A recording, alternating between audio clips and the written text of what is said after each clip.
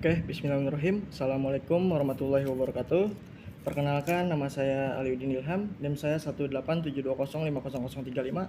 Saya dari Program Studi Pendidikan Ekonomi, Fakultas Ilmu Pendidikan Universitas Pancasakti Bekasi.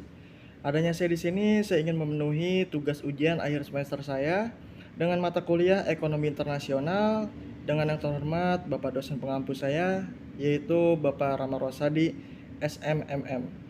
Pertama-tama di sini saya ingin meminta maaf kepada Bapak dosen pengampu saya yang dimana saya telat mengumpulkan ujian akhir semester saya dikarenakan ada sesuatu yang tidak bisa ditinggalkan. Terima kasih.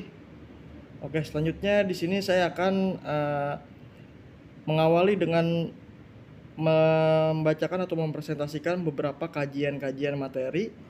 Yang pertama saya akan membacakan atau memperlihatkan referensi buku yang saya dapat. Dan yang kedua saya akan menjelaskan tentang peranan ekonomi internasional. Yang ketiga bentuk hubungan ekonomi internasional. Yang keempat pengertian dan definisi perdagangan internasional. Yang kelima dampak perdagangan internasional. Dan yang terakhir yaitu penutup. Oke, di sini saya mendapat referensi buku yang dimana bukunya ini berjudul Ekonomi Internasional, yang dimana buku ini diangkat oleh Dr. Nazaruddin Malik, MSI. Bisa dilihat teman-teman, materi yang saya sajikan diperoleh dari sampel e-book yang tersedia pada Playbooks. Oke, di sini saya akan menjelaskan peranan ekonomi internasional. Pada abad modern ini, dengan dukungan kemajuan teknologi, transportasi, dan komunikasi, maka intensitas kerjasama dan hubungan perdagangan cenderung meningkat pesat. Hubungan ekonomi internasional telah berkembang dari skala bilateral sampai multilateral, dari wilayah regional sampai internasional.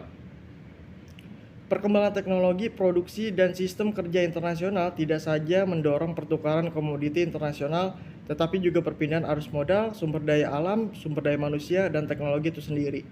Perdagangan internasional dalam bentuk perdagangan jasa-jasa, komoditi, serta aktiva lainnya terbentuk menjadi jalinan mata rantai yang telah melibatkan dan mengikat berbagai sektor dalam perekonomian nasional. Selanjutnya, sebagian besar negara-negara di dunia melakukan kegiatan ekspor impor barang dan jasa-jasa, serta faktor produksi untuk memenuhi kebutuhan dalam negeri masing-masing. Saling ketergantungan antar negara di dunia telah tumbuh selama dekade yang lalu seperti ditunjukkan oleh fakta bahwa perdagangan dunia telah tumbuh lebih cepat dari produksi atau output dunia. Berdasarkan data International Trade Statistics tahun 2009, rata-rata pertumbuhan GDP dunia hanya sebesar 3,33%, sedangkan pertumbuhan ekspor barang dagangan dunia sebesar 6%. Yang selanjutnya bentuk hubungan ekonomi internasional yang dikemukakan oleh Budiono pada tahun 1983 di dalam bukunya di halaman 1-3 membagi bentuk hubungan internasional sebagai berikut. Yang pertama, pertukaran hasil produksi atau output antara negara satu dengan yang lain disebut juga hubungan perdagangan. Contoh, Indonesia mengekspor minyak, rotan, dan lain-lain, tetapi juga mengimpor mesin, kapal, dan lainnya dari luar negeri. Yang kedua, pertukaran atau aliran sarana produksi, faktor-faktor produksi, contoh tenaga kerja, modal, teknologi, dan entrepreneurship atau kewirausahaan. Yang ketiga, dilihat dari segi konsekuensinya terhadap posisi hutang-hutangnya atau dari segi hubungan kreditnya. Selanjutnya, pengertian dan definisi dari perdagangan internasional. Ilmu ekonomi internasional pada prinsipnya membahas hubungan ekonomi antar negara atau sebagai bagian dari ilmu ekonomi yang mempelajari dan menganalisis tentang transaksi dan permasalahan ekonomi internasional dalam ekspor dan impor, yang meliputi perdagangan dan keuangan atau moneter, organisasi swasta dan pemerintah, dan kerjasama internasional.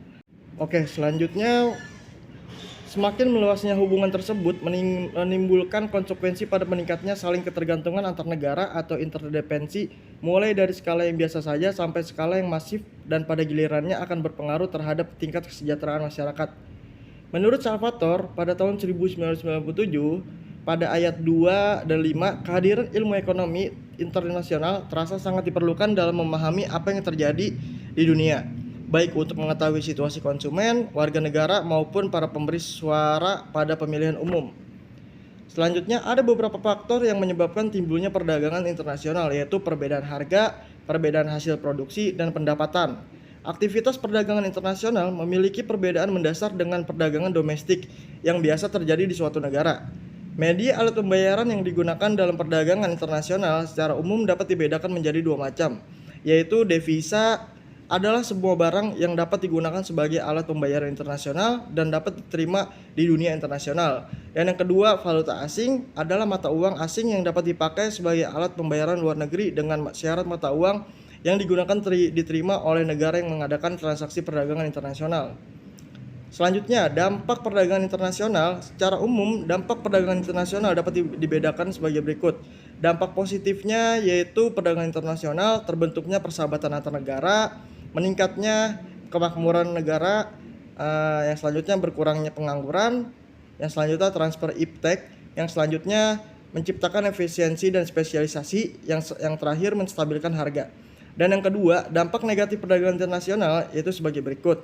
Produk dalam negeri semakin menurun, ketergantungan terhadap negeri maju, dan selanjutnya itu